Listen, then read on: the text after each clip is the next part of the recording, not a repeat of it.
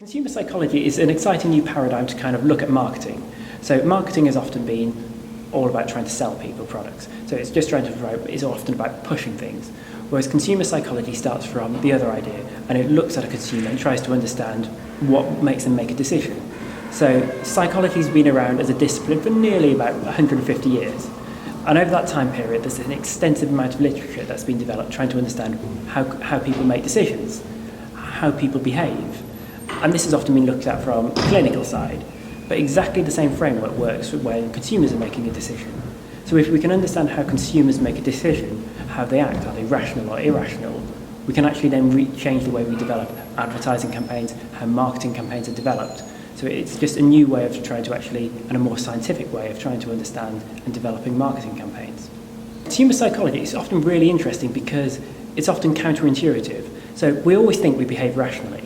So as far as we're aware, we behave rationally. When you're deciding what product you buy, it's a case of like, you think logically, you may do an implicit cost-benefit analysis.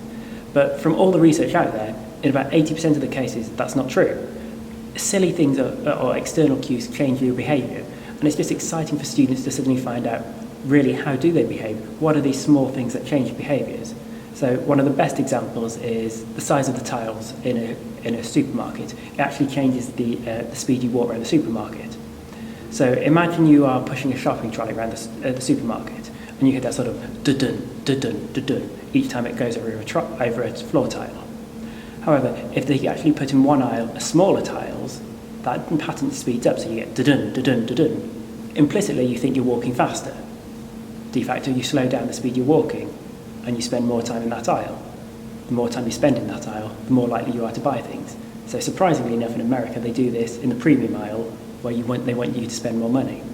So it's all these sort of little things, such as how we can change behaviour in a supermarket or in any sort of retail environment. Recently, I've just completed a PhD in consumer psychology from Bangor University, where I was looking at the impact of environmental cues in a corporate environment.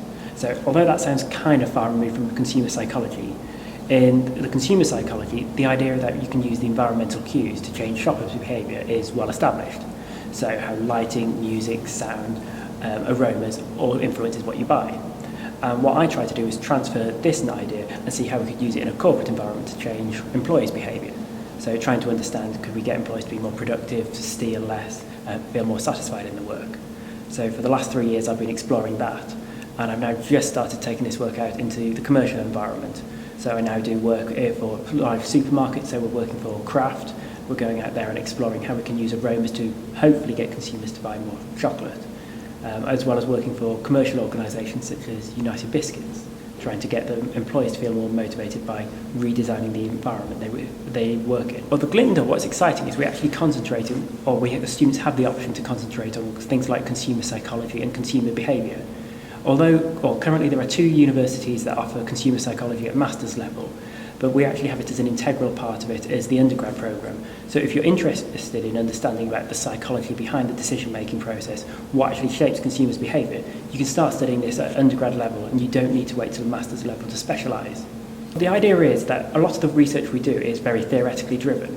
So we start trying to isolate the theoretical frameworks. But the important thing is we can apply it and actually get some commercial benefits out of that. So by getting these actual tangible benefits and finding out what works in the real world, not just in a lab, we can bring these findings and actually teach these to the students. So they actually get to have first-hand experience of both research, but see how research can apply it into the commercial environment. So it's not just a dry academic framework. As a consumer psychologist, you're starting to train in more scientific methods.